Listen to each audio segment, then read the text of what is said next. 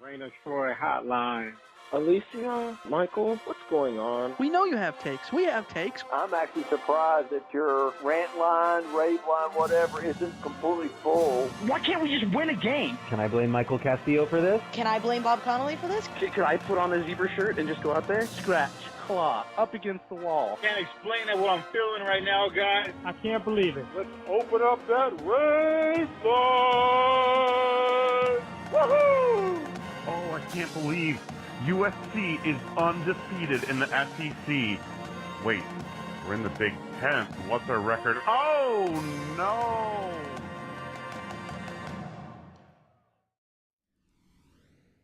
Hello, everybody. Welcome back to Rant Line Radio, episode 588, coming to you on Wednesday, February 12th at 4 p.m. Pacific Standard Time. We're on time! Yeah, we're on time. Well, we're like 8 minutes late, but you know, we're on normal time. We're on the normal schedule. We're going to talk about the latest USC football here on this episode. We're going to open up some Reddit questions and stuff, browse Reddit and talk about some things that have been posted on Reddit of late. It's the off season. I think that's one of the fun things to do in the off season. New Trojans have their numbers, so we're going to talk about that, and we're going to talk about a new assistant coach the SC has as well. So much more on this episode. As always, you can follow us on social media at Rant of Troy. Email us, rantoftroy@fanside.com. Phone number 818-643-7227. Second Whisper and Show. I'm your host, Michael Castillo, journalist, my co-host here in the Rant Troy studio in Los Angeles, Alicia Dertola. Hello, everybody. Hello. And here's the thing. We love our co-host that we had last week. Mm-hmm. We love him dearly. He's a cute little guy. He's very cute. But I don't know that we need him to be a co-host today. He really, really, really wants to be a co-host today. I know, but we told him, you're just not pod ready, really. He's like, you won't mic me up? Well, I'll be loud enough that they can hear me. Yeah. So we had to make a last second adjustment literally as the countdown was running on YouTube because he was really wanting to get on mic. Mm-hmm. And I'm like, no, bud. And now he's really wanting to get on camera. Yeah. But maybe towards the end. The thing is, so many profanities come out of his words, out of his little muzzle. It's insane. So he's just not TV ready, of course. He's not. But it's a big day. It's February 12th. It is Abe Lincoln's birthday. Big ups to Abe Lincoln. Okay, here, a little trivia question before we begin. How old do you think old honest Abe would be turning if he was turning something today? Like 200? 200? I don't know dates. No, I would say he'd be older than that. I'd say like 215. I think 215. Let's see. He was born 1809, so 216. Look at that. One off. Hello. That feels like cheating. Hello. I feel like you already knew that answer. No, I didn't. I don't know. No, I was just going like, okay, so when, he got pew-pewed, he would have been like 50. That was like mid-50s. I was thinking he was mid-50s. So then I just went from there. So, Kenny's in the chat. I'd have to know the date of him being pew-pewed to be able to do that. Do you know the year? No, that's what I mean, the year. I don't remember 1865? Well, there you go. I didn't know the date. It was April 15th. I was going to guess the second half of the 1800s, but I couldn't have given you a date. So, okay. Right off the dome, you don't know the years of the Civil War? No. I don't know really? any year. Like, dates were always my weakest point. I have a really hard time remembering numbers. Yeah, but like 1861 to 1865 should be like one that everybody knows. No, it's certainly not one that I know. Do you know the date that Marshall found gold in Coloma? No. January 24th, 1848? I certainly don't know that. Wow, really? All right, World War I. Sorry, the Great War. 1919-ish? No, it was over by, 1917. Sure, yeah. 1915, 17. Oh, gosh. Uh-oh. Okay. He's wanting to get on mic. Here he goes. He's figured out that if he can't get on camera, he's going to get on mic. Yeah. 1914 to 1919. Kenny's in the chat and says, huge sold-out women's hoops cross-down showdown tomorrow night. Yeah, it's a big one. SC against, I believe, number 1, UCLA. California, Los Angeles. Yeah. Yeah, and guess what? Today, Liverpool blew a lead in the 97th minute to their bitter rival, Everton, and drew in a game that feels like a loss. And I feel like that's some pretty good transference for tomorrow. I think Chelsea wins in a landslide. Nice. Big ups to Everton getting their final win at Goodison Park. It's a draw. It's basically a win. Come on. It certainly felt like a win for them and felt like a loss for Liverpool. Win for them, indeed. Yeah. Grant's in the chat. Cam's in the chat. 2 Cams are in the chat. And we got 2 Cams going on. One on me, one on you, over on YouTube, if you could join us there. Let's see, a lot of stuff to get to. Let's start with the news.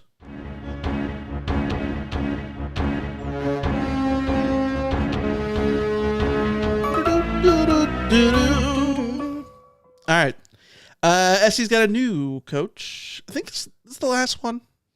Should be the last one. Well, right? I don't know, because there is no limit on coaches now. So theoretically, they could keep adding assistants to their heart's content if that's what they want to do. Can I ever tell you the one reason that I want to work for SC someday? So that you can go into the equipment room and get all, like, look at the free whole merch. Look at the merch room. Yeah. Yes, I want free Nike merch. Mm-hmm. Yeah, that's it. Yeah.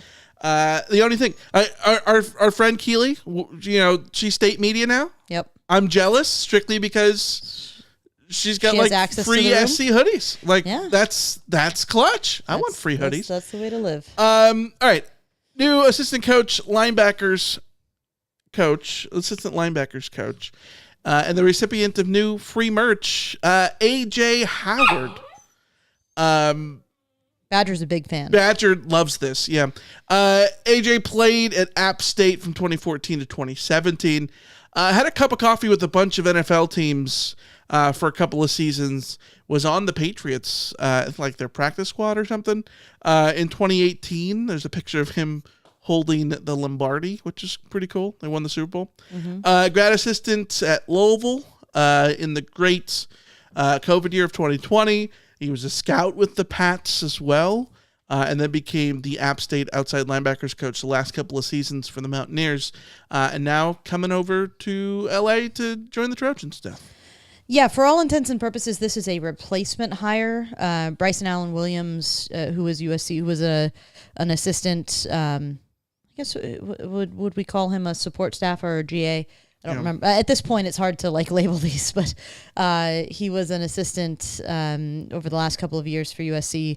Very highly respected recruiter and coach, and he got poached by Georgia. So, what goes around comes around. USC's done a lot of poaching.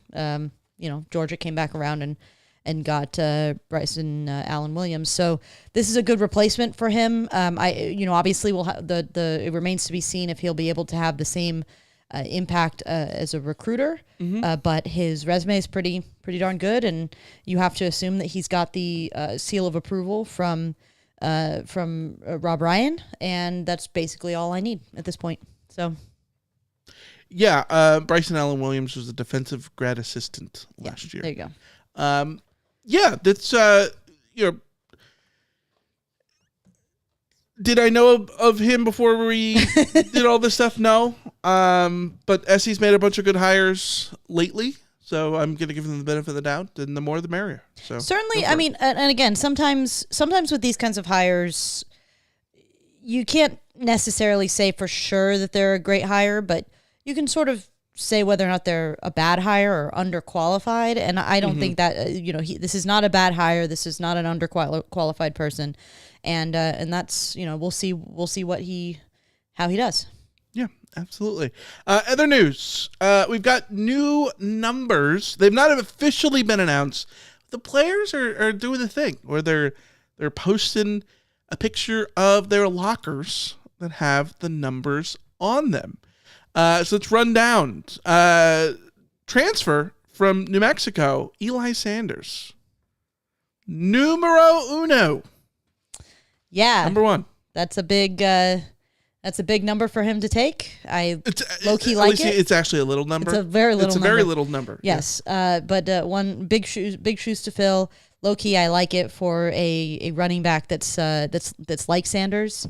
So yeah, I'm glad to see the number one back, and we'll see if we'll see more of the number one, making his way into the end zone this year. Mm-hmm. Can you? We're gonna do a little trivia here. Can you name a Trojan who was an All-American who wore that number? There's two of them. Mike Williams. That's one.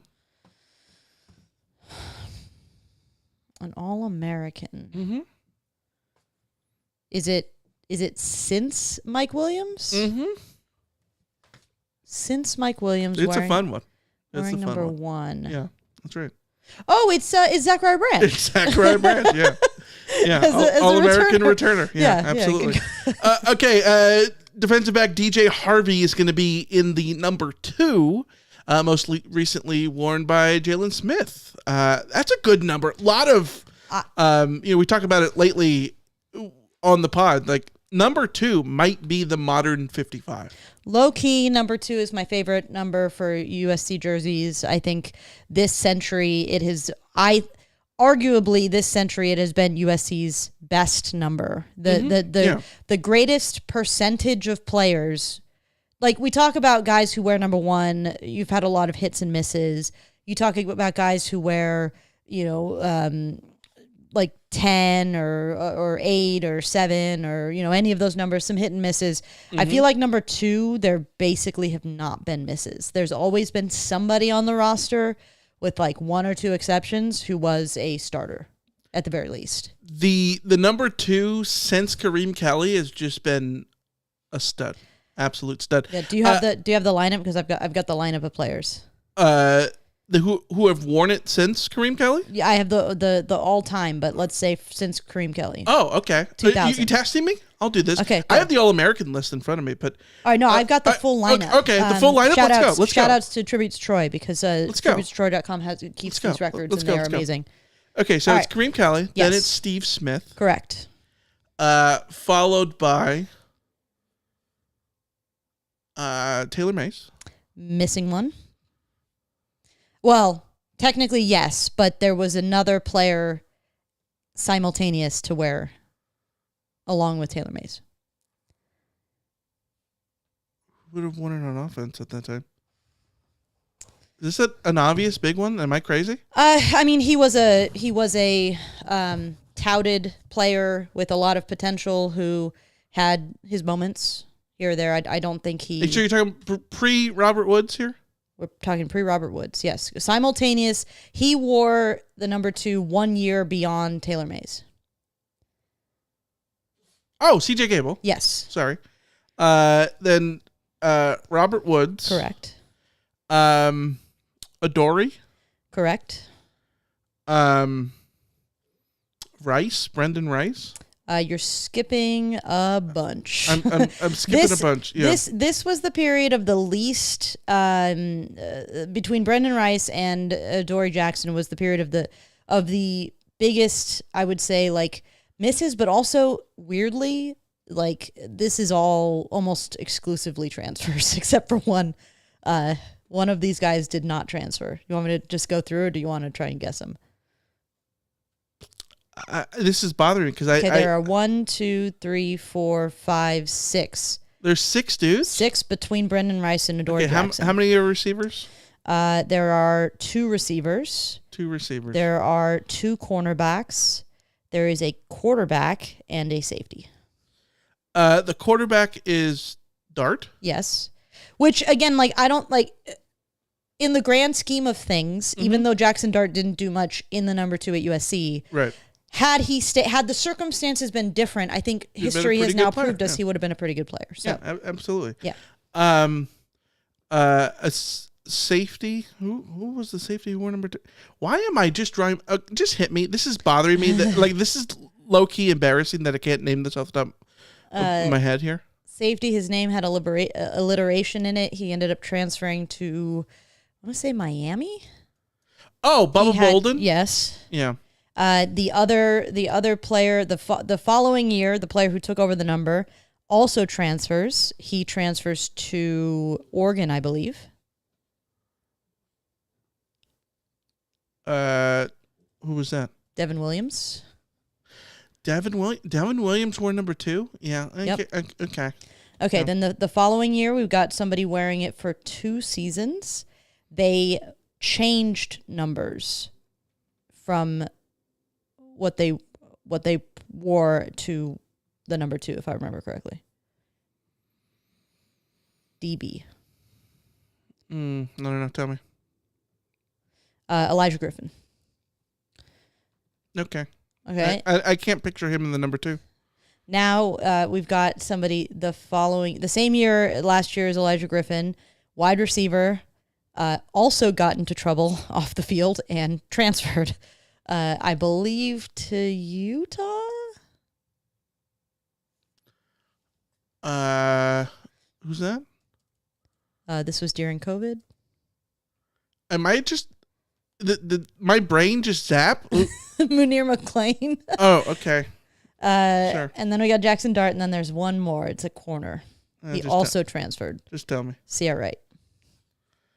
Okay. Okay. You know what this is? I think about this. When I was a kid, I learned about the Super Bowls because I had a book. And the book had every information about every single Super Bowl from 1 to 29. And I knew everything. I could tell you the MVPs. I could tell you where each Super Bowl was. I could probably tell you the score. I could tell you all those things. You just hit me a Super Bowl 1 to 29, I could tell you. Since then, like when I was a kid, I could make up the information because I could remember those. We get to the point now, I couldn't tell you who won the Super Bowl 3 years ago. You know what I mean? Like, yeah. Why is that? Why? 100% same. I used to be able to tell you like everything about what happened in a college football season, and now I couldn't. I can tell you the last 5. Everything about the 2005 season. Yeah. You asked me about 2021, and nothing. God, yeah, couldn't tell you. All right, so you're up to Brendan Rice. You've got 4 more. There's 4 more. There are 4 more after Brendan Rice. One is concurrent with Brendan Rice. One of them transfers. The other one, I'll just give it to you. Isaiah Rakes never actually played in it. Another one. Jalen Smith. There you go. Yeah. So now you're down to 2. Just tell me. Romello Height and Deuce Robinson. Oh, well, yeah. Deuce was gettable for what it's worth. Yeah, for sure. Yeah. See, this is, again, why does my brain not store modern information? I don't know. Yeah. All right. Jakeem Stewart going to wear number 4, along with Hassan Longstreet also going to wear number 4. Jakeem Stewart wearing number 4 I think is cool. Okay. It goes against my rule. My rule, I don't like defensive linemen wearing single digits. Not a fan. I think there's one exception all time. That's Nick Perry, and that's probably just because I like Nick Perry. Right. But I will give Jakeem Stewart an exception here because he was Mr. 55, right? No, he's not the 50. The other guy's transfers to 55. But Jakeem Stewart from Louisiana. Yes. And arguably SC's greatest number 4 ever is from Louisiana. Joe McKnight, rest in peace. So I kind of like the connection there. Yeah, I think it's a fitting tribute. This is us putting words in Jakeem Stewart's mouth by saying it is, but it feels like one. It feels like a significant choice for him from being a Louisiana kid and wearing number 4. So in that sense, I love it. I would wager he is the first and only defensive lineman to ever wear that number at USC. Oh, for sure. Yeah. Unless there was like how they'd have like 2-way players in the in the 30s or whatever. They would just be an end, and you'd have to guess what does that mean? A defensive end or a tight end? I don't know. Yeah. Yes, it's both potentially. Yeah, it's on Longstreet at number 4 is cool. John Fox, Max Brown. Last scholarship quarterback to wear number 4 was Max Brown, right? Correct. Yeah. Yeah. No USC All-American has ever worn number 4. Corey Sims, wide receiver, is going to wear number 10. There are 2 players all time at USC to wear number 10 and be an All-American. One of them's Jess Hibbs. You're never going to get that. The other one you should get. It's Brian Cushing. Yeah, Brian Cushing. Yep. Prince Strawn, the wide receiver transfer from Boise State, is going to be wearing number 17. Number 17. Your thoughts on number 17 there? Honestly, 17's had a pretty decent run. In the last couple of years with transfers. Mm-hmm. So Christian Roland Wallace did a really nice job in 17. Yeah. DeCarlos Nicholson did a decent job. Yeah. We assume he's going to be back with it as well, but yeah. Do I always think of with the 17 is Trevon Patterson? He was a number 17. Only 3 Trojans all time, All-Americans with number 17. Don Williams, Ernie Pinkert, and Mike Battle. My dudes. Yeah. That's a strong early lineup of dudes. Ernie Pinkert, he's the dude who dominated the 1947 Rose Bowl, if I remember right, or 43. 47, no, 43. He was in the late 20s. He was there 20s, early 30s. Don Williams was the quarterback who was called the greatest Trojan there ever was, something like that. There you go. I think Ralph Haywood is the guy I was thinking of. All right, let's go to Riley Wormley. No, sorry. Morley Drury was that. Don Williams is the guy who replaces Morley Drury. Gotcha. Sorry. Getting that right. Jaguar Morley Drury. Yeah. Riley Wormley, running back from Texas, I believe. Number 27. I think 27, correct me if I'm wrong, 27, if you have a combo running back, the standard number to give that running back to me is 27. That's just quarterbacks, standard 7, 10, or 12, and running backs 25 or 27. 24, 25, 27, those are the standard numbers. Maybe 32. See, for running backs, if you have a number above 25, that's not going to be your number for long. I hear you. Marion Peterson also wore 27 in his first year and promptly changed to a better number in 22. No, I not hear that you. I'm saying 27 is a bad number, but also 27 is not a good number. But 27 is just a classic, maybe a classic NFL running back number. Yeah, I don't know. Like a Larry Johnson? I associate 27 with walk-ons or freshmen whose preferred number is not available the yet. walk-on white wide receiver little guys. Yeah. Yeah. I fully expect Riley Wormwood will take Wormley, will take number 7 as soon as it's available, Okay. 27 USC running back. Mark Tyler, 27, right? Yeah, he was 27. Was he 27? Or was he 26? He was 26. Quincy Junti was the last running back. Kalen Bullock also wore 27 again. Guys who just changed out of that. Let me see. Other running backs. I think Chauncey Washington wore 23. Dude, it is again, 27 is very much walk-on city.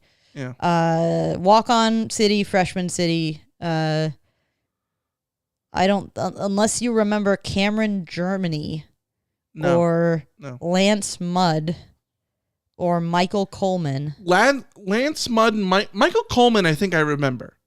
Again, walk-on guys. Yeah, a fullback. Yeah, Lance Mudd, I remember seeing in the program or something like that. Hey, but it's Aramis Dandoy, and that's one of my favorite names in USC history. So, Aramis, sorry, like Ramirez. Aramis Dandoy, Dandoy. Caden Chittenton, the kicker, number 45, solid kicker number for me. Yeah, I believe that was his number wherever he was last too. So makes sense. Cool. John Ray Reed, the center from Syracuse, going to be number 50. Low key, I love an interior lineman who wears number 50. Low key, I love it. Like Is one USC All-American all time. Where's number 50? Well, I've got the list in front of me, but I'm not looking. Mm-hmm. Linebacker. Very famous for a specific game of his career. Tell me the game. Against your alma mater. Oh. It was a triple your pleasure type of game for him. Adrian Young. Yeah. The Irishman himself. Yeah. 3 picks. 3 picks against his the Irish. The Stolen Valor Irish. Yeah. The ones from South Bend. Alex Payne, offensive lineman, number 71. 71, great offensive lineman number. One of 3 numbers all time in USC history that have had 5 All-Americans. Low key, one of the great numbers in USC history. Low key. Not even low key, high key. Like, yeah.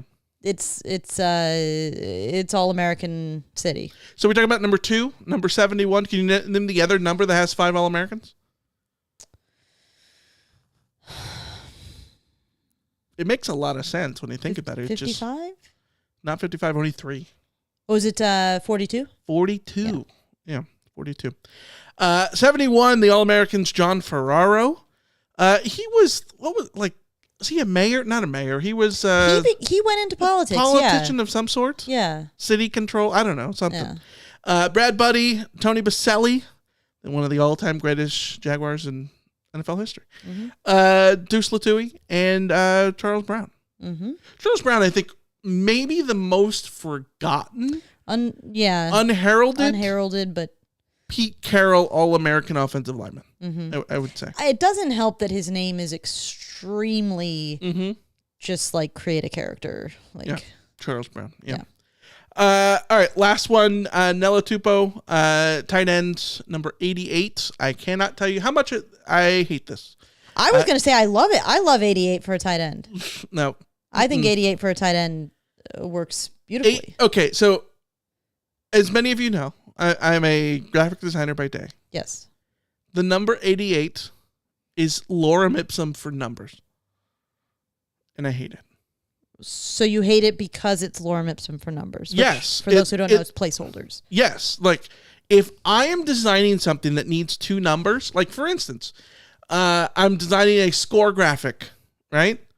The score will always be 88 in the test. Why is it 88 and not 00? Because 8s are the widest number. Are they wider than zeros? It depends on the font. Sometimes the same. The font of the typeface. Sometimes they're the same. Mm. But oftentimes they're the widest. Just like M is the widest letter. M. W too. Also depending on the font. Yeah. But yeah, 88. Just also when I think of 88, I think of like remember in the aughts, the noughties, as the Brits would say. The EA create a jersey thing online was 88, and it, like the jerseys always had 88 on it, and it always looked again like lorem ipsum. I agree. West Texas Mike in the chat says tight ends may as well go 88 since receivers are getting lower numbers now. Yeah, I like it. That's like I used to associate the 80s with receiver numbers. Now I associate receiver numbers with low digits. And for tight ends, I think it suits. I think it suits the position, the frame of the guys. You know, I hear you, but of all the 80 numbers, to me, 88's the worst.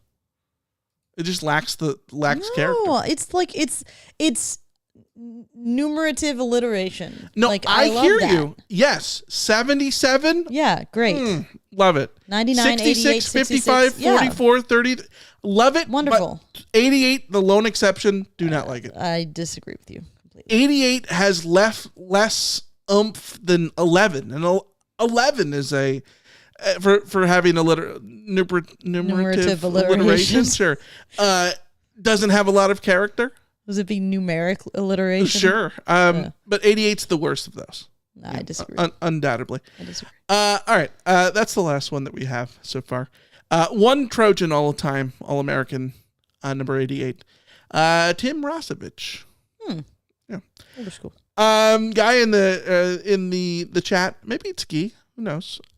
Says, nice to know how the transfers did after transfer. That's a great idea for like next week's episode. We do need to. I think it would be interesting to go through how the transfers that USC had like last year did, and sort of like where are they now? Mm-hmm. If the question is how the transfers did that we've talked about in terms of transfers, with the exception of Jackson Dart, I would say very few of them went on to do anything of any acclaim. I think Damani Jackson had a decent season with Alabama, if I remember right. Yeah, I mean, he started for Alabama, so he was fine. Velus Jones, wearing number 1, went on to do, he went to Tennessee and had a cup of coffee in the NFL, which is a phrase I want to steal from you because I really like that. Have you never heard of cup of coffee? No, but you say it all the time, and like I like it. Like I need to start incorporating it into my I think he's had longer than a cup of coffee because I think he's still in the NFL. Is he? I'm pretty sure he was on the verge. Is he not? This past season. He might. I mean, he might be like UFL bound, but okay. How long? I know that the Bears fans were like not happy with him. He was with the Jags practice squad this past season, and he got cut by the Bears. Yeah. And then went to the Jags. Okay, how long does a player have to be in the league to have said he had a cup of coffee? Because I would say 2-3 years. Like, you don't get a second contract. I think that's a little too much. Cup of coffee is like, and they got a cup of coffee with the Detroit Tigers. That's like, he came up so he had a cup up for three games. He had a cup of coffee with the Jaguars. Yeah, did he play for the Jags? Either way. No, yeah, he was on their practice squad he had a for cup 2 of months. coffee with the Jags. Yeah. Yes. Yeah. Cup of, Googling, cup of coffee, baseball terminology, is a North American sports idiom for a short time spent by a minor league player at the major league level. The idea behind the term is that the player was only in the big leagues long enough to have a cup of coffee before being returned to the minors. Okay, so under a season, we would say. Yeah, I would say usually under a season. Okay. Yeah. Okay, so he had several cups of coffee in the NFL. But like he was with the Bears for 3 years. Yeah, he was drafted by the Bears. Yeah. Like at that point, he's had a full breakfast. What I would say is that the vast majority of the transfers that USC has seen exit the program have not done much of note. Yes. The best that you could say are guys like Brew McCoy or Velus Jones who go on to be productive starters at another program, but nothing special. You have, I think, by far and away the best transfer that USC has had in a long time is Jackson Dart. Yeah, and before him, it was the Jones, linebacker, linebacker who went to Georgia. Jarvis Jones. Yeah. But the reason Jarvis Jones transferred is because the he doctors couldn't get medically cleared. He wasn't. It doesn't even count. Wanting to transfer. Yeah. Yeah. Romello Height had a really good season with Georgia Tech after leaving. USC really could have used Romello Height, which is why I think that transfer hurt more than a lot of others. Yeah, a tall task for him to have a big season. He did it. Yeah. All right, let's get to the crux of the episode. This has already been a meandering episode. a little. We talked about last week after we stopped recording. Like this might be the most ADHD episode we've ever had. We might have eclipsed it. Yeah. Also, the people who only watch on YouTube who get mad, like the thumbnail says you were talking about the Reddit and you didn't talk about it until 34 minutes and 52 seconds. We're here. Fair, but here we are. All right, we browsed Reddit, looking at stuff from like. I like to when I haven't been on Reddit in a while. I like to look at the stuff from the last week and then go to the last month. To me, that's what I consider like that's the greatest hits of what's going on, right? So I went to the last week and pulled some of the best questions from Reddit, and then I went to the last month and pulled some questions there too. And we got a couple little nuggets at the end from Reddit as well. First one, this is from user Blacklot Tram. If a genie offered your team 3 national titles over the next 30 years, how would you distribute them? Assume all other years your best record would be 9-4. So in the thumbnail on YouTube, The question is dynasty or consistency? Would you rather win a title every 10 years, like the Earthquakes that are in NorCal that are always consistent? Or would you rather just have a splurge of a dynasty every 30 years? How do you distribute 3 titles over 30 years? I would go steady Eddie. I would say I want a title every decade.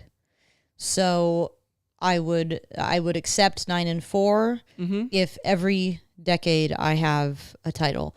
In part because I think that one of my marks of like true greatness in the college level is less about how many titles you have and where those titles came, like how those titles came about. Like, I don't think Alabama's a really good example because Alabama had consistent success before this. But like Miami, for instance, is probably a better one. Like Miami has a really, really strong run for they have a great 15 years. Yes, but you can't really find consistent success from them on the front or back end. To their credit, they had a great 15 years with different head coaches.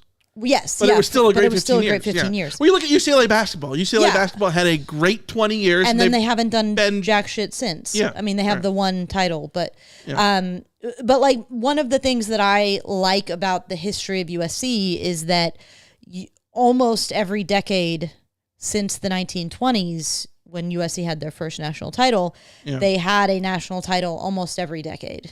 It's hard to find a decade. I'm going to push back on this a little bit. I agree. I agree with what you're saying because I think the sign of that is SC's Rose Bowl streak that was snapped. Yes. In which SC went to a Rose Bowl under every single presidential administration. Was it until Obama?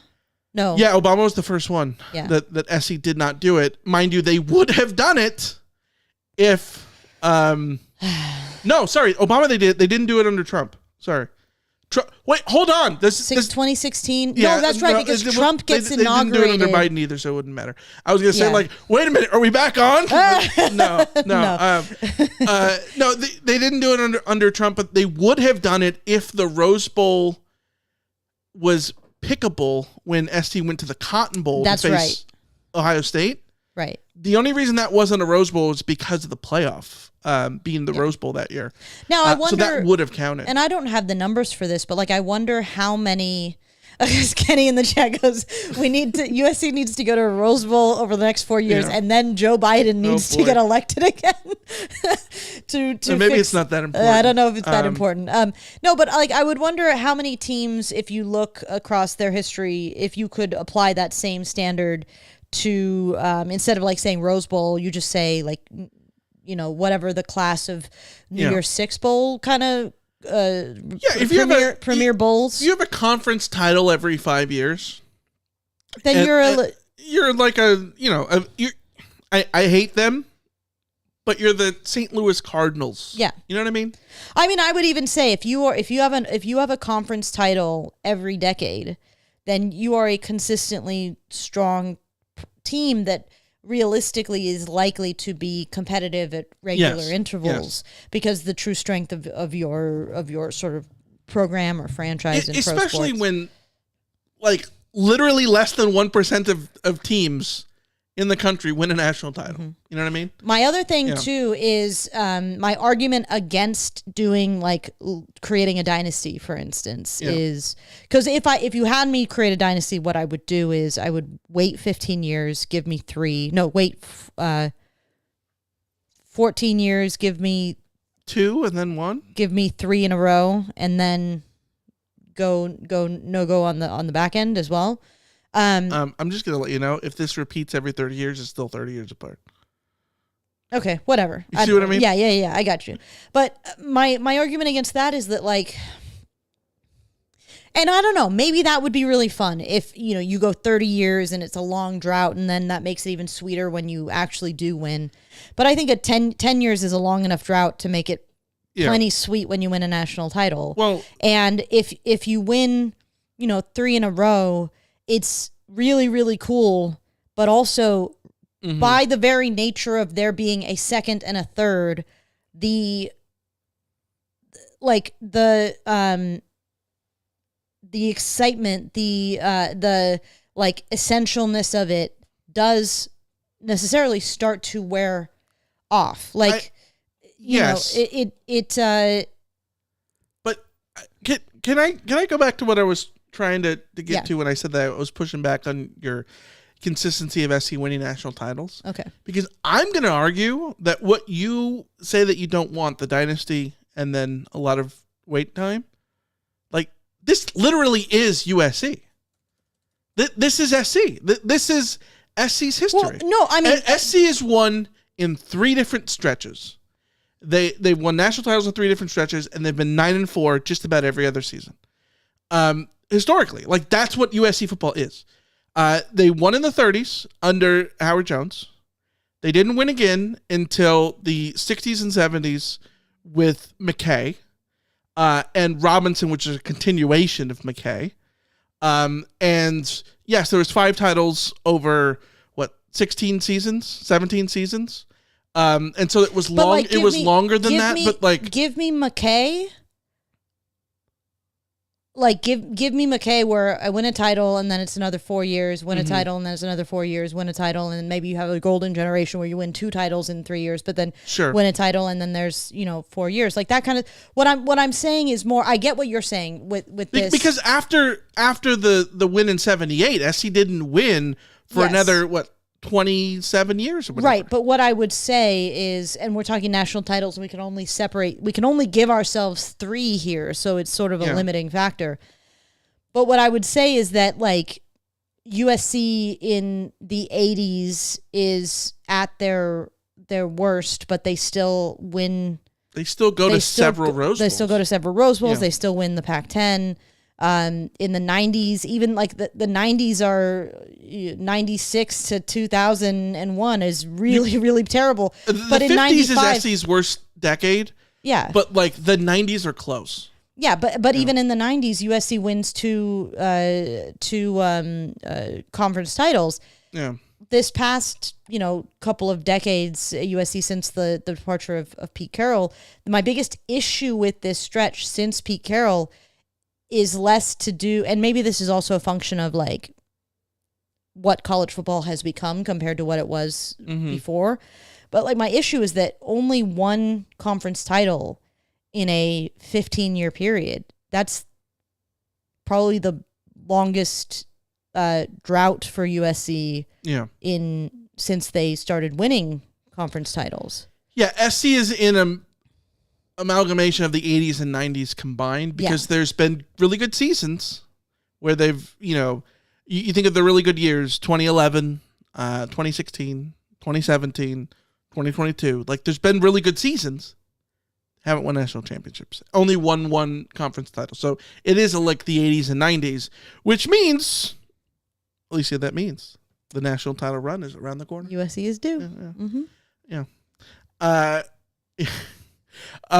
West Texas Mike says, no decade-long droughts. I don't even want to talk about these losing streaks. Why do people sit there and let it happen? Yeah. Hey, we didn't talk about the long losing streak that ended in 1999. No. All right. Second Reddit question. So you're taking one every 10 years. One every 10 years. Okay. I think I might take the dynasty. Strictly because, hear me out. Let's talk about Florida State really quick. The Florida State championship in 2013. You're not talking about them 30 years from now. You're not talking about them. Yeah, but the people who celebrated that are still talking about that moment. And like, I would like, but the last time I celebrated USC winning a national title, I was a teenager. Yes. I'm just saying that, like, if you're a dynasty, like, you're storied for the rest of your life. Right, but I don't get to celebrate that storiedness. Yeah. Like, right. I would have loved to see what it would be like to celebrate a national title in my 20s. I would like to see what it's like to celebrate a national title in my 30s. Right? Yeah, like... Ohio State basically is this. Yes. They won in 2002. They won in 2014. They won in 2024. Yeah, I would take that. Sign me up. Yeah. All right, fair enough.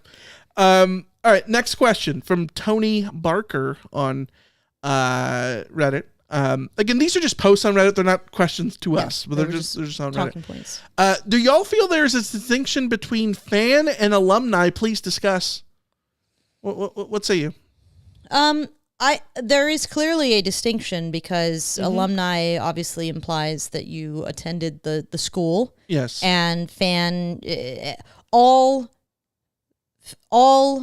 but I can't even say this because I would argue that just because you're alumni of school doesn't mean you're a fan of the program. Like, yes, I have a lot of you friends, and I went to school with a lot of people who did not know anything about sports, who have zero interest in the football team or the basketball team or anything like that. So are they really fans? No. Yeah. Which is why I think the fan versus alumni thing is annoying because I don't think that alumni inherently are more passionate about the program than a non-alumni.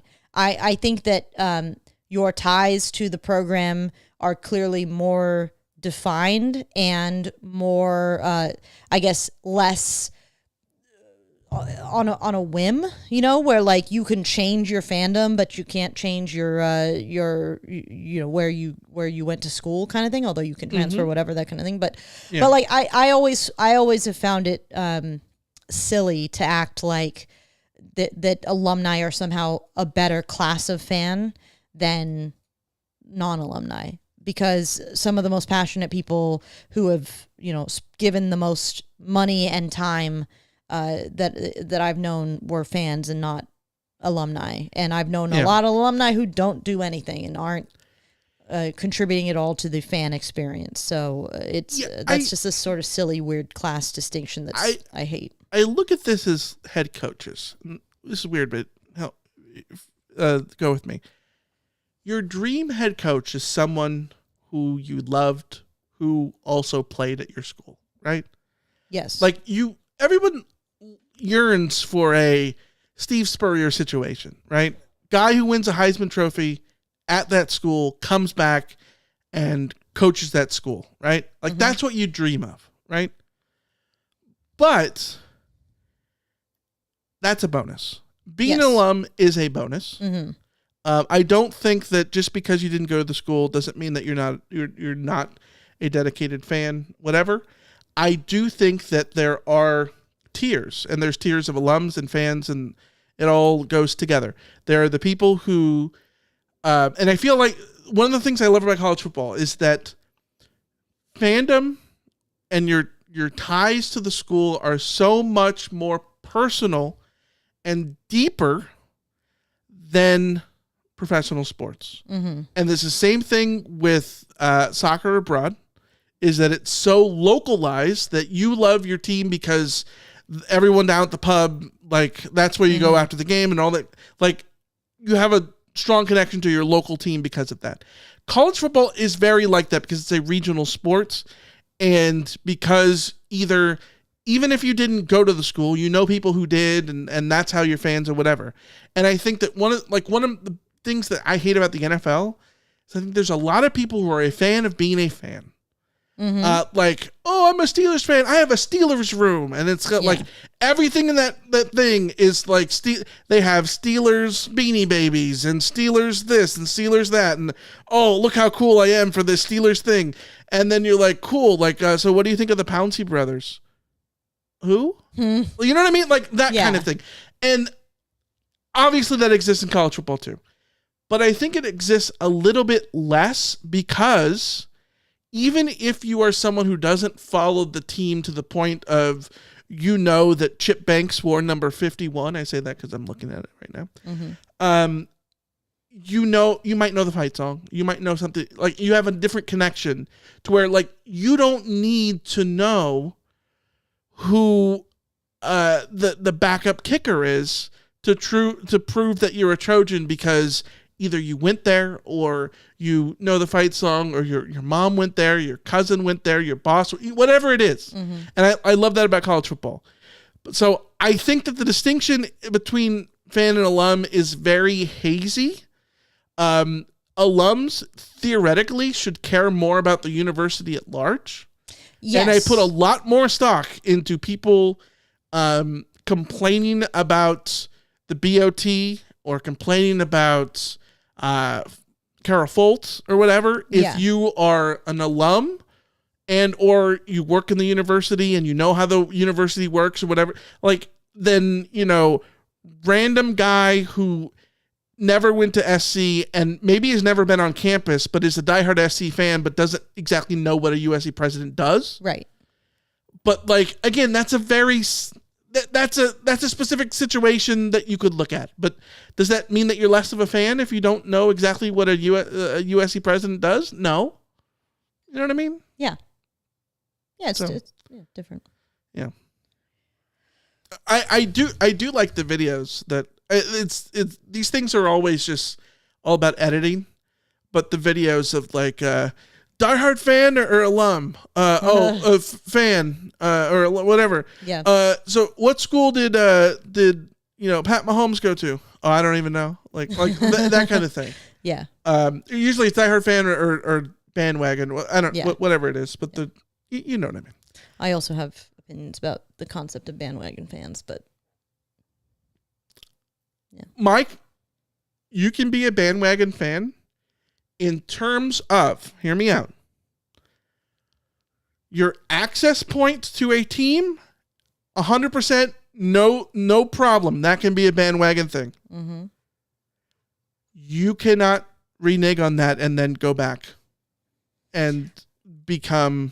Yeah, like I cannot be a bandwagon Georgia fan and then right now I'm a bandwagon Michigan fan. Yes. You know what I mean? Yeah, Then no, I suck, right? Yes. Now, if I become a Georgia fan because they were winning titles and now I'm going to be a Georgia fan for the rest of my life, that's fine. Like that's how most people become fans of things. Yes, and that's my problem with this, like the criticizing of people who are new to a fandom. Yeah, Man City fans. Instead of like accepting that everybody is new at a certain point and that if you embrace them, that they are more likely to stay and become loyal fans. Yes. Who don't jump ship once things aren't as successful anymore. Mm-hmm. But when you have this, like, as Kenny in the chat says, like these exclusionary kind of things where, people are like, oh, like you're only here because of this, that, or the other thing. It's like, that's silly. I think that's counterproductive. And again, as Kenny says, like I take one look at how empty the Coliseum is, and I think I'd take anyone who wants to start being a USC fan, whether they went there or not. It's like, yeah, 100%. Like, I think that teams often need to give fans a reason to follow them because being an actual dedicated sports fan takes a lot of time, effort, emotional energy, and critically money. Yes. And if you don't give fans a reason to give you those things, then you can't expect them to stick around or to be interested in the first place.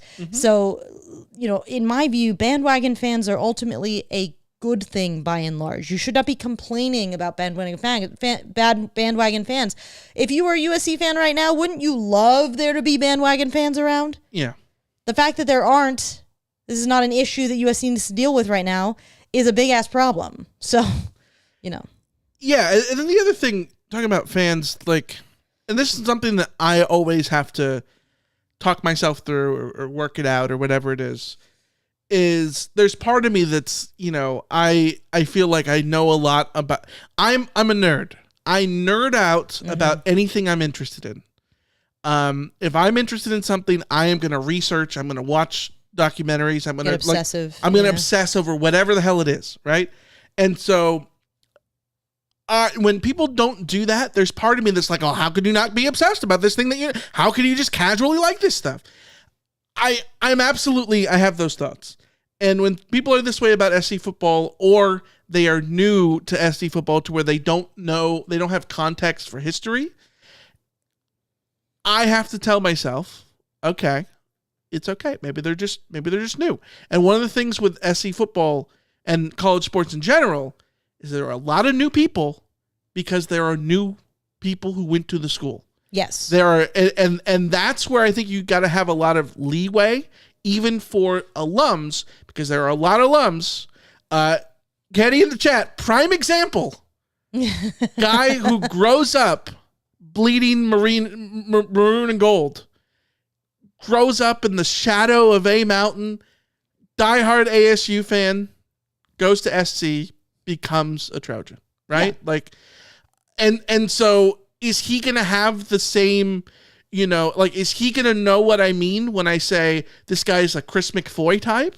Maybe not, because he doesn't have that context, because at the time that Chris McFoy was playing, it was, maybe it's Heap. Todd Heap. I gotta say, it's a Todd Heap type of guy. You know what I mean?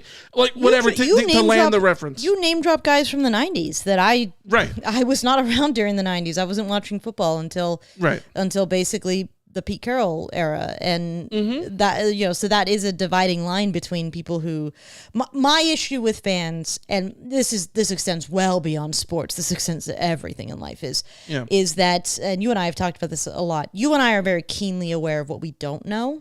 And or at least that we are very keenly aware that we have syndrome, gaps. baby. Yeah. And what I don't like is people who are fans who say things with their whole chest without ever thinking about whether or not they have the full context for how, why, or what is going on, whether it's historical context or just knowing how things work or whatever. Like, I get really frustrated by fans who seem to project like they know everything when they clearly don't. That's my bigger issue than being like a and those people can fan. be alums. They can be or non-alums too. They're all over the place. That distinction doesn't matter for them, right? Like, it doesn't matter. Yeah. And when it comes to like sports, I do have to rationalize to myself a little bit that because of the nature of who I am, who I am is why I work in the field that I work, right? So I always, by my very nature, I approach these kinds of things in a very analytical perspective, and I certainly I have emotionality that certainly comes to bear, but I have to remind myself that the emotional side of me is much closer to what the average sports fan, how they interact with any given thing that happens in sports across the board, than the analytical side of me that will sit back and say, all right, but why or how, or am I being reasonable? I ask myself a million times a day when I'm having an opinion about something, am I being reasonable about this?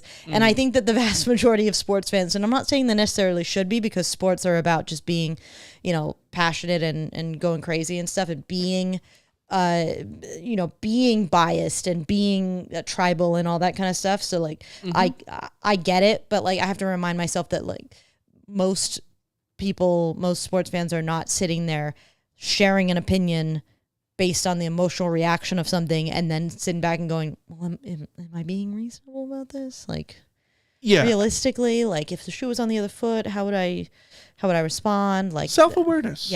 I think self-awareness is like one of the best virtues to have. Yes. Which is great. It's a double-edged sword, let me tell you. It also sucks because, yes, I don't know that maybe I'd be better off if it didn't have imposter syndrome and didn't finish a podcast and then obsess for the next 7 hours.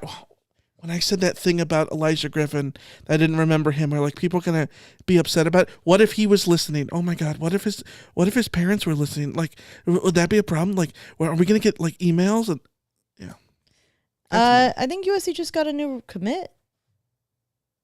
Just now? Literally just now. Andrew Williams. This is a 3-star class of 2026 edge from John C. Fremont Senior High School. I don't know where that is. 6'5", 220. John C. Fremont, like in LA? Yeah. It's a city school. Oh, okay. John C. Fremont. He was a... is that not just Fremont? Like it is just Fremont, why does 24/7 says John C. Fremont because Senior? That's the name of the school.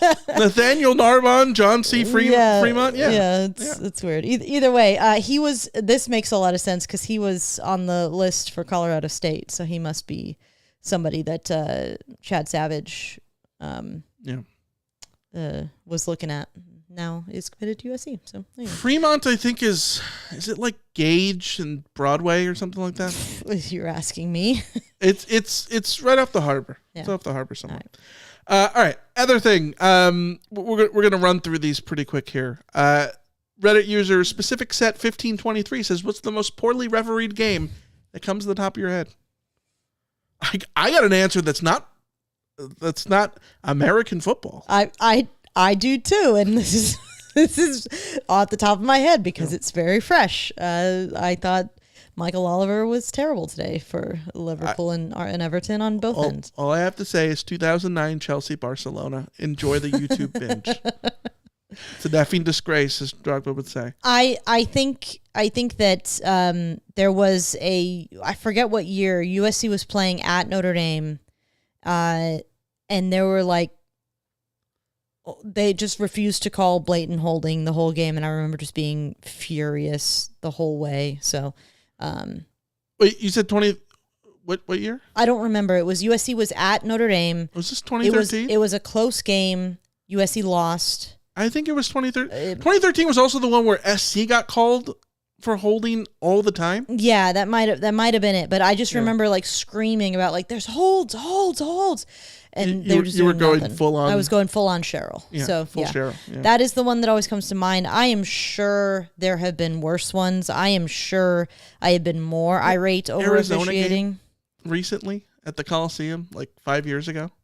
It was like an hour-long. Oh third my quarter. God! Yes, with who was the quarterback? It was he was Khalil. Yeah, Khalil Tate.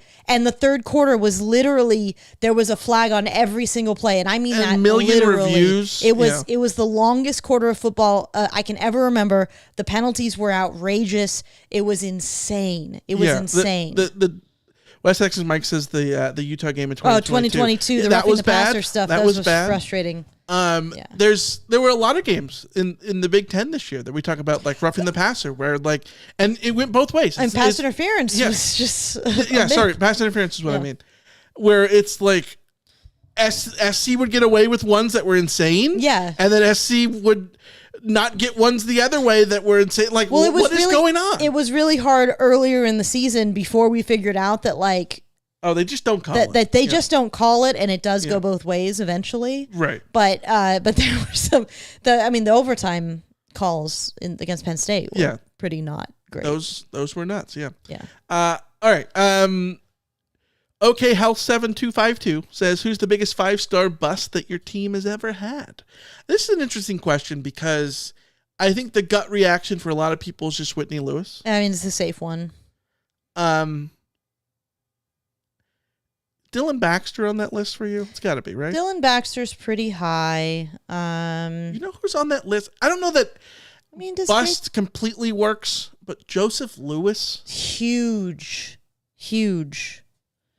Because obviously there were other circumstances involved, but I almost don't count though. I almost don't count guys like Juju Lewis or Osa Messina or Bryce Dixon or like those guys because it wasn't.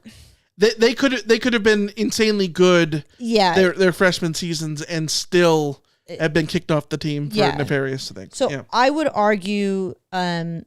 For USC, it's probably someone like Corey Foreman or Corey Foreman's tough because like he beat UCLA. He did beat UCLA. Yes. This is how I feel about things that are disappointing overall. If you have a moment that makes up for it, fair enough. Prime example is Jason Hayward for the Cubs. 8-year deal. Did he live up to the hype? No, never did. He won the World Series by bringing the team together and calling a meeting right during the rain delay, and it won the World Series. I don't care. I don't care that we paid $184 million and he was a waste of every penny. He made up for it. It didn't matter. Yeah. You know what I mean? Corey Foreman got that pick. Yeah. It made up for everything. Okay. Can I go down the list of USC's all-time recruits according to 24/7? Sure. And you tell me whether or not they are a bust, capital B bust, because I will have opinions too. Joe McKnight. No. Matt Barkley. No. Corey Foreman, as we just discussed. Yes. Okay, Joe McKnight, I feel about Reggie Bush as an NFL player. Yeah.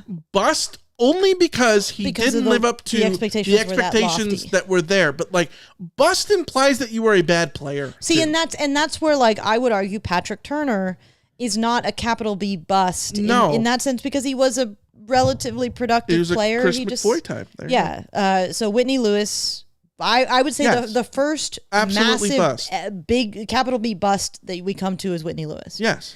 Mark Sanchez, Robert Woods, Iman Marshall, Vidal Hazeltine again. Chris Gallipo. Hazelton's interesting because He's like a Patrick Turner to me. yes, like he Or like was- a Kyle Ford, He like- did not live up to the hype at all, but he wasn't a bad player. He also left, so like that made it weird. yeah. But So Chris Gallipo, Sean Cody, Mark Tyler, Keith Rivers. Gallipo's an interesting pick because he had like injuries. He had back injuries, but he also played. He also played, and he was like a spiritual leader too. Yeah. Jeff Byers, Zachariah Branch, Adoree Jackson, Everson Griffin.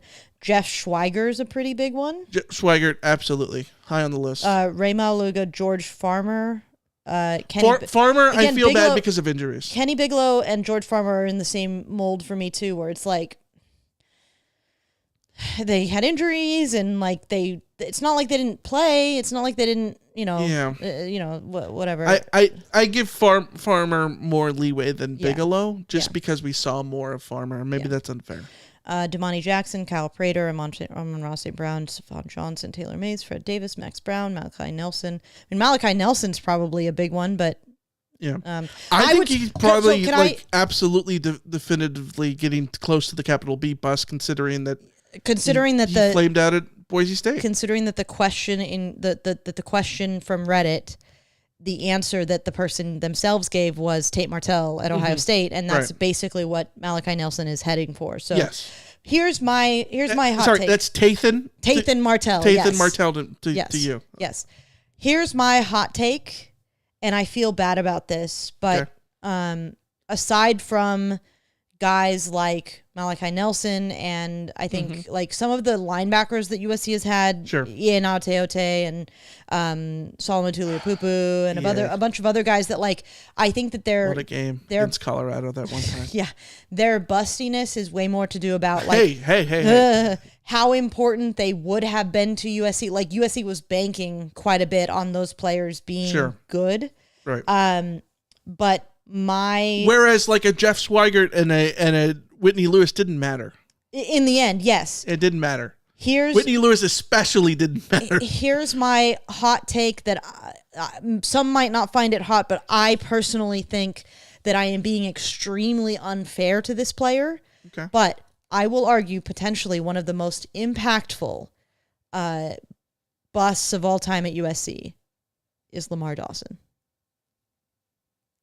Okay, you're talking about impactful as in like playing a role. If Lamar Dawson is not a bust. Productive. You mean productive? Yes. Okay. If Lamar Dawson is not a bust because he only gets the 55 because that's what is expected of him. Mm-hmm. If he is not a bust, then he was a freshman All-American, if I remember right. Right, but the USC does not use the 55 anymore because of Lamar Dawson. Well, in part, but also because Junior Seau passed away, and then there was retconning of like, well, you need to earn this, even though none of the guys before had ever earned it. Yeah, like, but if Lamar Dawson hadn't eaten up the jersey for 5-6 years of like disappointment, Jesse just thinks that if you just keep digging into the floor, like at some point it'll cave.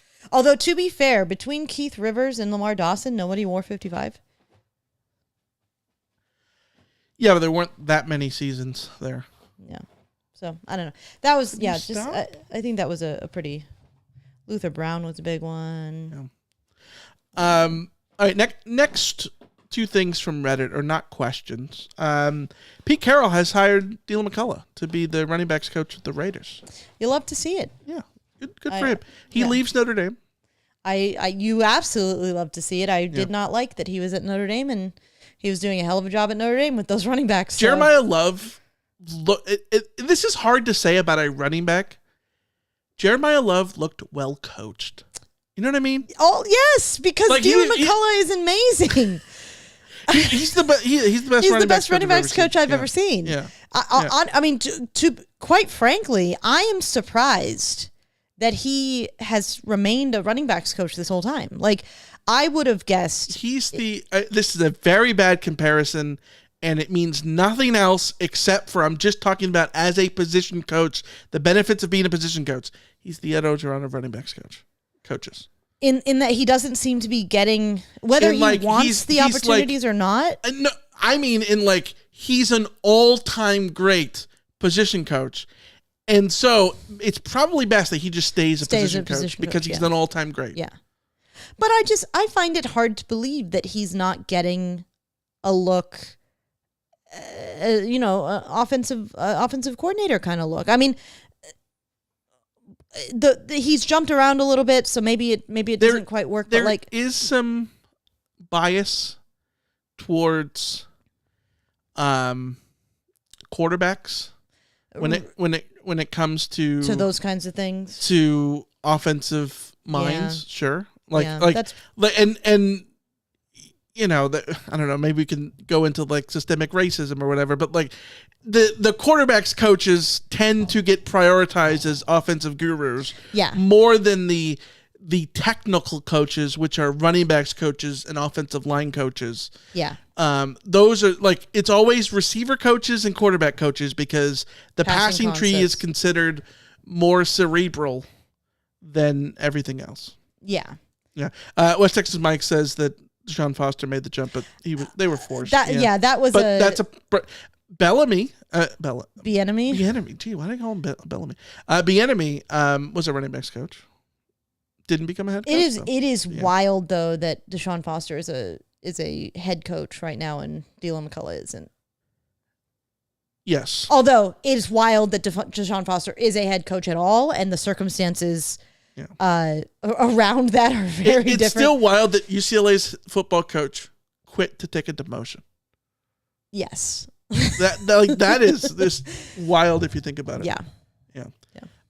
West Texas Mike says that Dylan McCullough would be worth consideration. I agree. I agree. It's just if he was a head coach, would the running backs be as great as they would be? I don't know that they would be because he wouldn't have the hands-on techniques and all that stuff. It just doesn't make a lot of sense because he was a head coach in high school. I mean, I know it's high school, but he seems to have the head coachy personality, presence. So I don't know. Obviously it's possible maybe he doesn't want to deal with that smoke. It's entirely possible. Maybe. If you never read the thing about his dad, go read it. It's awesome. Great story. Yeah. Great story. All right. Last thing to note from Reddit. Devontae Smith became the first Alabama player to ever score points in a Super Bowl. Which the most insane statistic I have ever heard. Honestly, this is truly shocking. Truly, you're telling me that no Alabama player has ever scored a touchdown. Ever. Had a pick six or a scoop and score or nothing. Kicked a field goal or nothing. All the running backs that Alabama has produced, no one never punched in something from the goal line. Never in a Super Bowl. Stunning. It is insane, especially when you look at the list of this is before the game, so some of these they've eclipsed or tied. But I would look at the list of before the game places, schools that have produced points. The U.S. Coast Guard, 1 point. There must have been a kick at some point in Super Bowl III from a U.S. Coast Guard kicker or something. I don't know. Long Beach State, 2 points. Somebody got a safety? Or a 2-point conversion, maybe? I don't know what the 2 points were, but maybe it was a kicker at some point. I don't know. Austin P, 6 points, a touchdown from somebody. UC Riverside, 12 points. 2 UC Riverside touchdowns occurred before Alabama even scored. But Alabama now at 6 points. Yeah. Sorry, they're at 12. No, 6, because Jalen Hurts technically doesn't count. Jalen Hurts does not count. My understanding for these things, and I fully accept, I am on board with this approach to how we're going to judge these things. Mm-hmm. If it was the school from which you were drafted, that is the school that you get aligned to. I think that's fair. Like if when they read their name, they said Jalen Hurts, Oklahoma. Yes. That's the school that he gets tied to for all of his NFL accolades. No, I think that's fair too, because then you can have a lot of double counting. Yes. Which would be weird. Troublesome. Yes. Yeah. The other thing is scoring does not include quarterbacks throwing touchdown passes. Yeah. So, because I saw comments of like, Joe Namath and Bart Starr, the first 3 Super Bowls were all won by Alabama quarterbacks? Yes, they were. They threw touchdown passes in those games, yes. But I think that's not how scoring is counted in football. I believe it's whoever crosses the line. plane of the end zone. Yes. Yeah. All right, let's get to the mailbag. Quick mailbag, and then we'll wrap this thing up. You've got mail. Before we get to the mailbag, though, I would be remiss. Here, we're gonna back it up a quick second. Back it up. Alicia, talking about scoring. You know what is important for scoring? Scoring fantasy points and scoring big picks over at Underdog Fantasy. Do you want to win up to 1,000 times your money making picks on your favorite NBA players? Because you can do it down the stretch run to the playoffs with Underdog, America's best fantasy app. It's a pick'em destination. Your pick'em destination, available from your couch in the state you're in, including California. Millions of fans have already won billions picking picks on Underdog, whose app has over 100,000 5-star reviews and millions of players across the country. Just pick whether your favorite players will go higher or lower their stat projections, like points and rebounds in the NBA, goals, assists, and shots in the NHL. All your favorite leagues, they're all on Underdog. Alicia, this week, these are the picks I'm going for tonight. These are NBA games tonight. Here's what I'm riding with: Luka Doncic against the Jazz for the Lakers. 24.5 points. I'm going lower. I like that. Lower. I don't think he's going to be a volume scorer yet. Yeah, he's still on a minutes thing. Yeah. LeBron 39.5 points plus rebounds plus assists. I'm going to go higher. I like it. A lot of assists there, I think. Jimmy Butler, he's with the Warriors now, right? I believe. Yes. 19.5 points. I'm going higher against the Mavs tonight. And then Klay Thompson back at his old digs, playing against the Warriors. 2.5 3-pointers made. I'm going higher. Those are my picks over on Underdog. You can download the Underdog app right now and sign up using the promo code Reign of Troy, and you can join me on those picks tonight to unlock a special offer of up to $1,000 in bonus cash when you make your first deposit. Join in on the fun when you sign up with promo code Reign of Troy. Claim your special offer today and get up to $1,000 in bonus cash instantly upon first deposit. Must be 18 years or older, 19 years or older in Alabama and Nebraska, 19 years or older in Colorado for some games, 21 years or older in Massachusetts and Arizona, and present in a state where Underdog Fantasy operates. Terms apply. Void in Colorado for some games. Concerned with your play, call 1-800-GAMBLER or visit ncpgambling.org. In Arizona, call 1-800-NEXT-STEP or text NEXT STEP to 53342. In New York, call the 24/7 HOPE line at 1-877-8-HOPE-NY or text HOPE-NY 467-369. You've got mail. All right, for real this time. We're at the mailbag. Cameron in the chat says, what are your thoughts on the Super Bowl? Okay, my thoughts. I was surprised at how much of a beatdown it was. I am true jiggle bagging. True jiggle bagging. I think it basically is summed up by this: the Eagles had 6 sacks of Patrick Mahomes without sending a single blitz. And from a USC perspective, I want to point this out. BYU. It's the BYU game. It's the BYU game. I want to point this out that defensively, you can be an absolute juggernaut if you can get pressure without sending extra men. And I think that is the biggest issue that USC had this past season.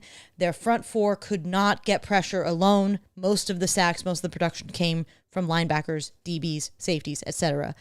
So that the Eagles' defensive front had their way with the Chiefs' offensive line like that basically set the whole tone for the whole game. And if you had told me going in that either team would have 6 sacks while sending zero pressures, I would say that team will win by 3 touchdowns. And that is obviously what happened. I thought the Super Bowl halftime show was awesome. I'm not huge into, like, I don't listen to a lot of rap, but I really appreciate Kendrick Lamar as an artist. And I thought that his performance gave me a greater appreciation of his artistry.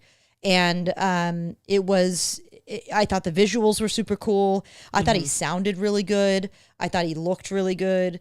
I thought it was very engaging. And I low-key wish I could have been watching it with my parents or with my family, because I think that understanding what was great about that Super Bowl performance, halftime performance, also was slightly connected to knowing the context around some of the drama.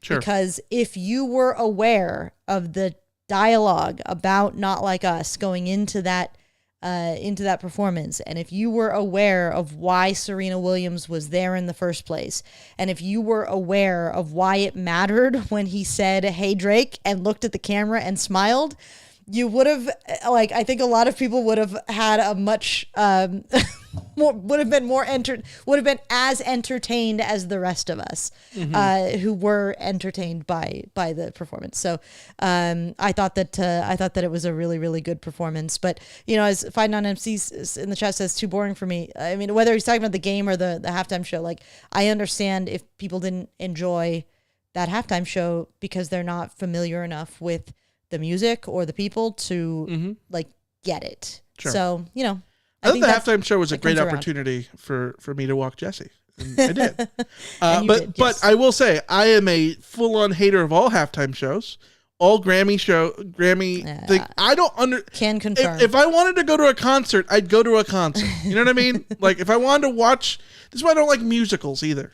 See, if I wanted to listen to music, I just listen to music. What if I told you that the halftime show would be a set from David Gilmour? I'd be it. There you go. Yeah. Yeah, I really understand this. Favorite halftime show for me, but no BS, was Bruno Mars.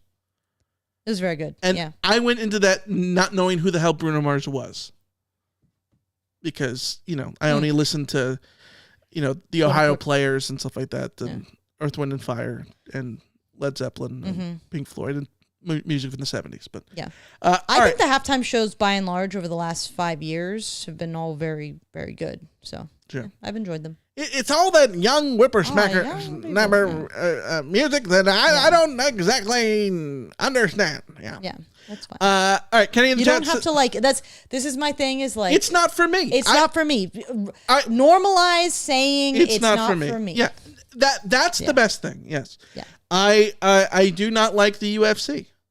I have gotten to the point where I don't besmirch the UFC for existing, even though I think it sucks.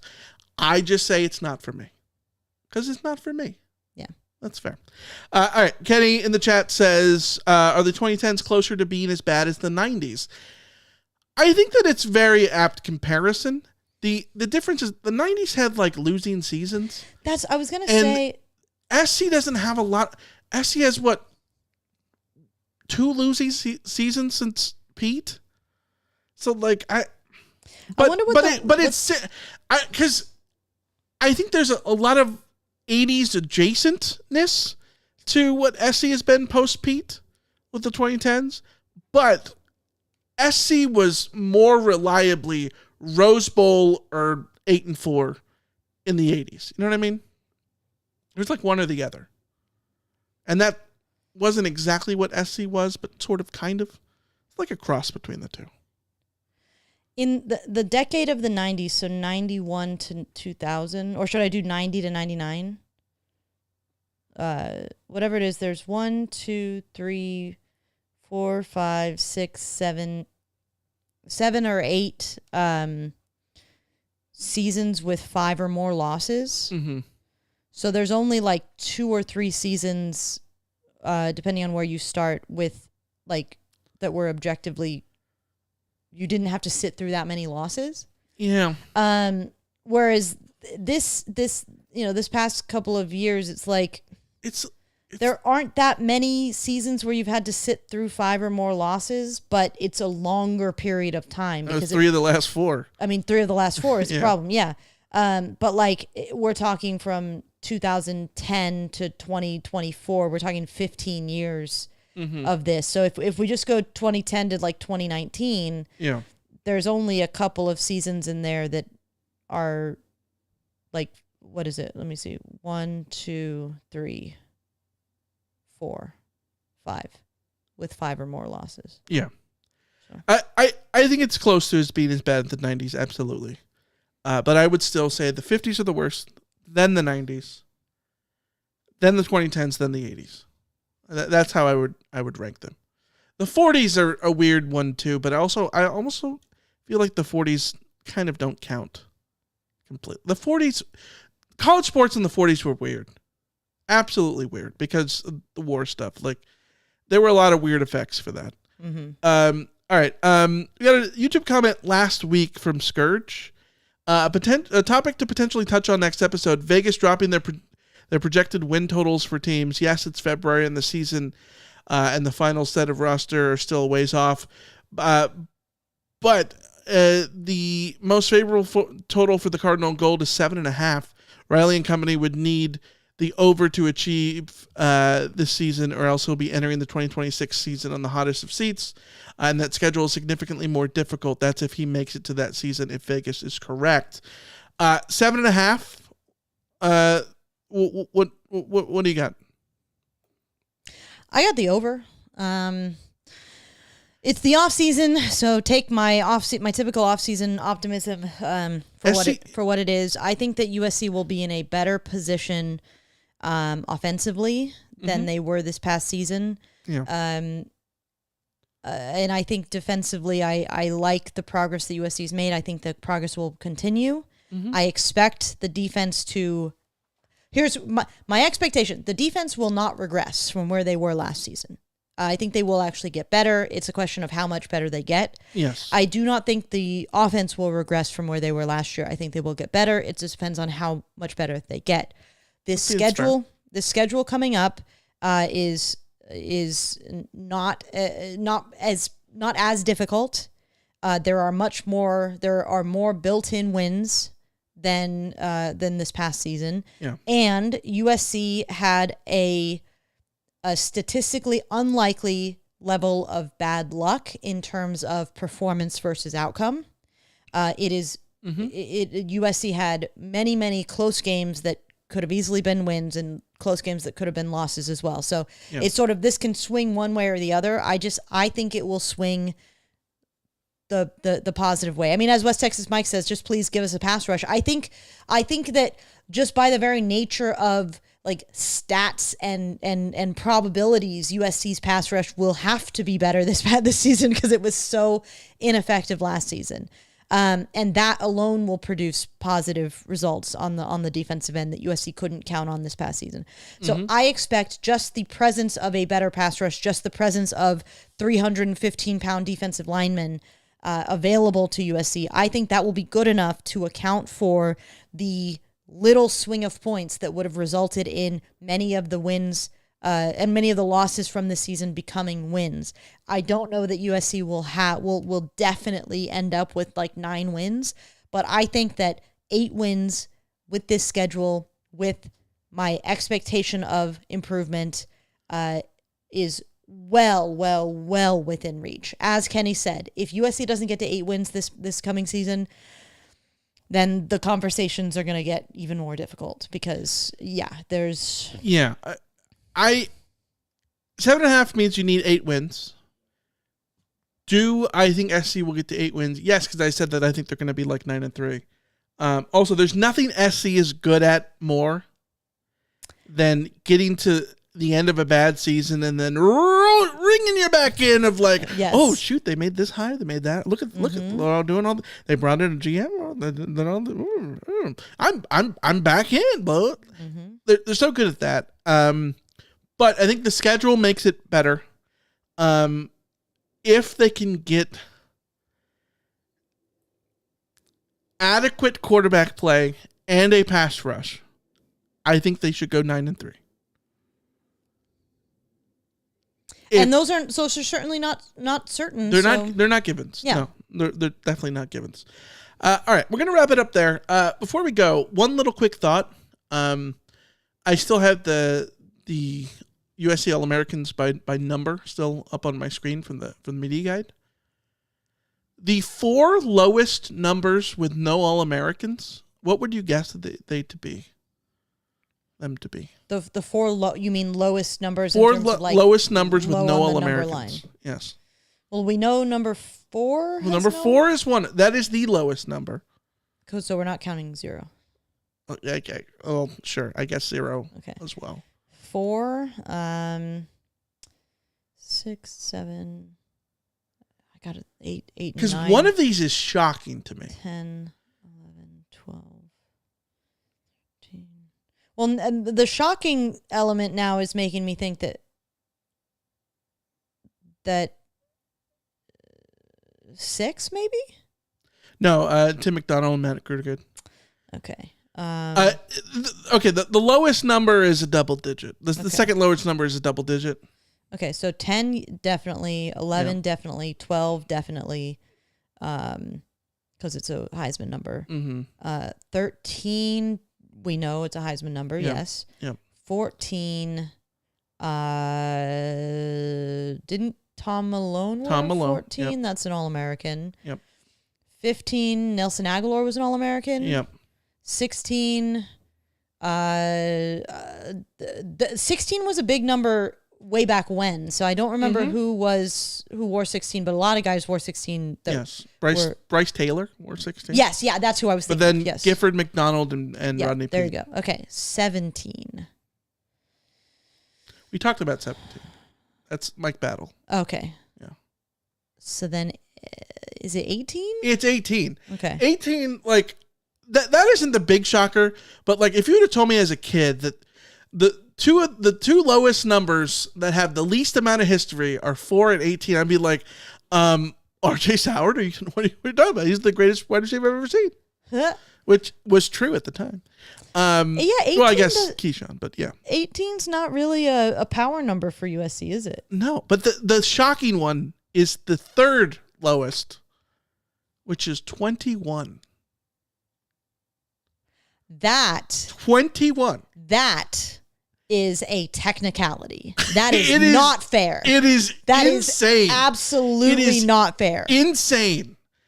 How, like, it is. Just it's Lendell White and Sua Cravens both wore 21. Nickel Roby. And Jesus. It is insane. Lendell White is an All-American. I know he's not, but like, he is a de facto All-American. You cannot. He is one of those guys who the only reason he's not an All-American is because his teammate was the greatest thing in history, and like, it's not fair that he's not an All-American. It's crazy, especially when you know how SC counts the All-Americans. Like, anybody gives you an All-American. If anyone gives you a thing, you're on the wall. Yeah. You know what Lendell needed though? He needed the internet age. He needed like PFF to be around. Yes. Because I think he could have been a PFF All-American. Mm-hmm. Or like internetmadness.com. Yeah. Or, whatever. Yeah. Yes. TMZ All-American. Yes. Sure. Yeah. It's crazy. Crazy. The 20. I think 21 is like one of the all-time good numbers. And yeah, not it. Like, you're telling me that 29 has had an All-American, Tay Brown, but not 21. Who is currently in 21? Do we have Brian Jackson and Greedy Vance? So defense will have it open. Brian Jackson. I mean, hey, maybe you never know. Kid could. You never know. You never know. All right, we're gonna wrap it up there. We will see you guys next Wednesday, the 19th. Your brother's birthday. That's correct. Yes. We'll be back then to talk more USC football and so much more. Email us, randomtroy@panside.com. Phone number, 818-643-7227. Till then, we will see ya. See ya. See ya.